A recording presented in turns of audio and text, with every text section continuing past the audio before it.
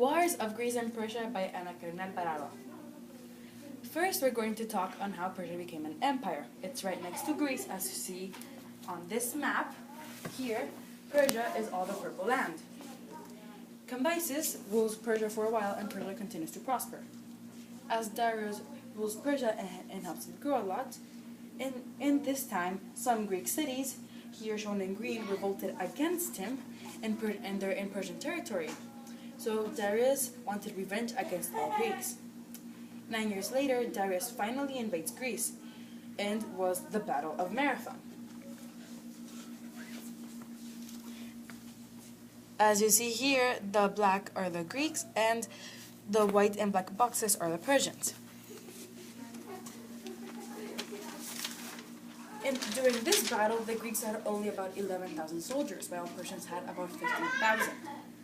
The Greeks won because they had better weapons and clever leaders. Legend says that a messenger ran from Marathon to Athens to bring news of victory and screamed, "Rejoice! We conquer!"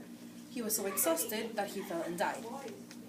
10 years later, after the Battle of Marathon, Darius' son, Xerxes I, tried to conquer Greece again. In 40 BC, Persian army and navy are together to fight Greece. As Greece knew that they were going to have war coming, they decided for Sparta here to join Athens. Sparta at the time had the most powerful army in Greece, so they went to fight the Persian army. The Athenians sent their navy against Persia's navy. The Spartans sent about 1,400 soldiers to Thermopylae against the Persian army. Persians had to pass all of these Spartans to attack the Greek cities. For 3 days, the Greek force held off the Persian army. Then Persia asked a Greek trader to show them another pass. This trader led them through another pass and attacked the Spartans from behind. Spartans fought to their deaths even though Persia won at the end. After winning battle, they swept into Athens, attacking and burning the city. Although Persians had won the battle, the Greeks quickly got the upper hand. The Athenians, a few days after Athens had been burned, led the larger Persian navy into a narrow strait of Salamis. After the Battle of Salamis, an army of soldiers from all over Greece beat the Persians at Plataea. This ended the Persian Wars. Defeated, they left Greece. For the Persians, this defeat was humiliating, but not a major blow. As for the Greeks, this was a victory and they had saved their homeland.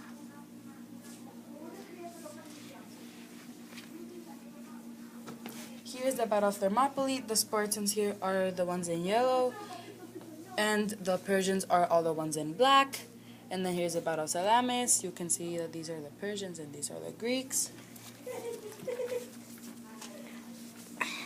And then, after the Persian Wars happened, many city-states formed an alliance. They were to punish Persia for attacking Greece. They agreed to help each other and protect trade in the Aegean Sea. The alliance is called the Delian League, as the money to protect their defense was kept in the island of Delos. Athens was the strongest member of this league.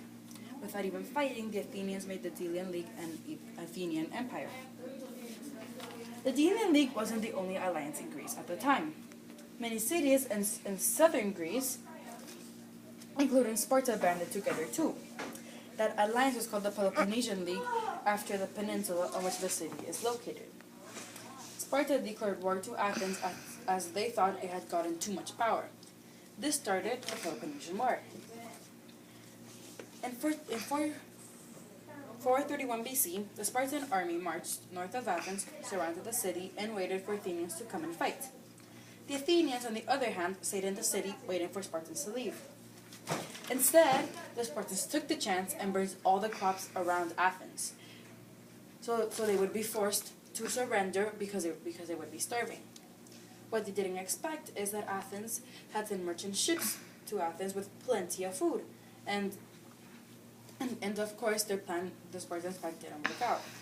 And Athens also attacked Sparta's allies, and that forced Spartans to go and defend other Greek cities. At the same time, though, the sea swept through all of Athens, killing thousands. For a decade, neither side could get an advantage of the other. In 1415 BC, Athens tried to expand its empire, trying to conquer the island of Sicily, but failed. Sicily was part of Sparta, so they were taken prisoner. Sparta attacked Athens as they saw their weakness had come again. As weakness and war came again. The Athenians fought bravely, but Spartans won. In 404 BC, Athens surrendered as they were starving. The Peloponnesian War ended, and Sparta was in control.